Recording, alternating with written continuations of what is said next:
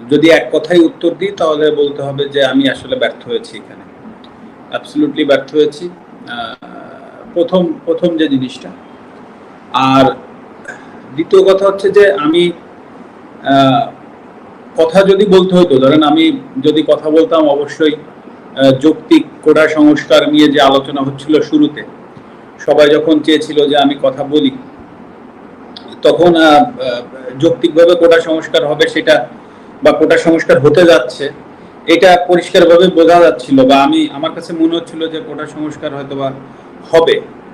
কিন্তু তারপরে যে ঘটনাগুলো ঘটতে থাকলো, তখন আসলে এমন একটা পরিস্থিতি হলো যে যখন সবাই চাচ্ছে যে আমি একটি স্ট্যাটাস দিই বা আমি পাশে থাকি, তো তখন আসলে পরিবেশটা এমন জায়গায় গিয়েছে যে আমার কাছে মনে হচ্ছিল যে আমি যদি এখন একটা স্ট্যাটাস দিই বা আমি যদি যে কোনো কিছু লিখি, তো সেইটাকে কেন্দ্র করে যদি আরো ম্যাসিভ বা আরো বড় কিছু হয়ে যায়, তা আসলে সেই জিনিসটা সামাল দেওয়ার অ্যাবিলিটি আমার আছে কিনা।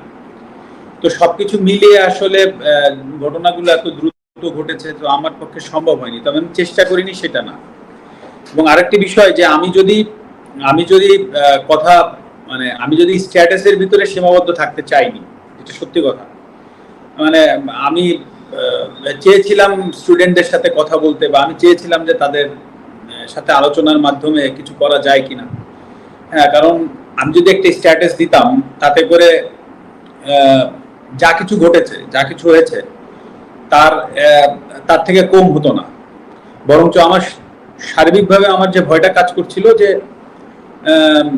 আমার স্ট্যাটাসের কারণে বা আমার কোনো একটা ভুল পদক্ষেপের কারণে যদি জিনিসটা আরো বড় হয়ে যায়, তখন সেটা সামাল দেওয়ার আমার ক্ষমতা আছে